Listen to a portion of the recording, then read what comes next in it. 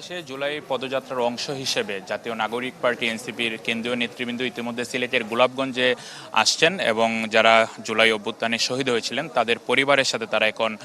গোলাপগঞ্জ যে পৌর অডিটোরিয়াম রয়েছে সেখানে তারা মত বিনিময় করছেন এবং এই মত বিনিময় আমরা দেখেছি শহীদ পরিবারের সদস্যদের পাশাপাশি তাদের যারা নেতাকর্মীরা রয়েছেন তারাও এই অডিটোরিয়ামে অবস্থান করছেন। পাশাপাশি জানিয়ে রাখি এই মত বিনিময় সভা শেষে তারা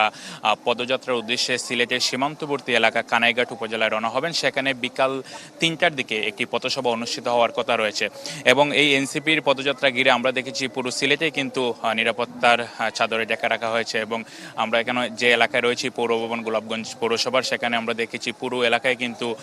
পুলিশি টহল রয়েছে এবং পুলিশের অবস্থান আমরা দেখছি, পাশাপাশি সাদা পোশাকের আইন শৃঙ্খলা বাহিনীর সদস্যদেরও আমরা দেখেছি এবং এই পদযাত্রা ঘিরে কিন্তু আমরা দেখেছি সিলেটের যিনি জেলা প্রশাসক রয়েছেন বাংলা কিউআর যেখানে নগদ পেমেন্ট সেখানে সারা দেশে 10 লাখেরও বেশি মার্চেন্টে নগদে পেমেন্ট করুন খুব সহজে। তিনি কিন্তু স্বরাষ্ট্র মন্ত্রণালয় বরাবর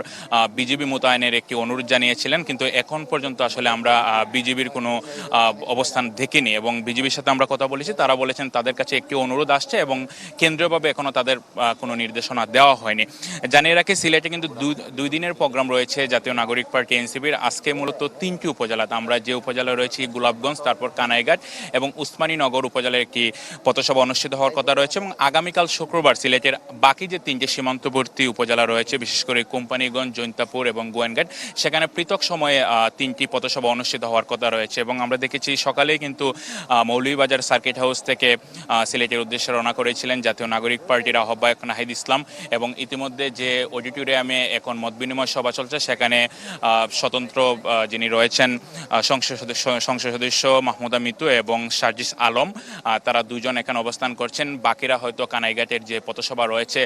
সেখানে তারা অংশ নেবেন। সব মিলিয়ে ইসরাত বলা যায় সিলেটে এখন পর্যন্ত শান্তিপূর্ণভাবে জাতীয় নাগরিক পার্টির যে কর্মসূচি শুরু হয়েছে তা এখনো চলছে।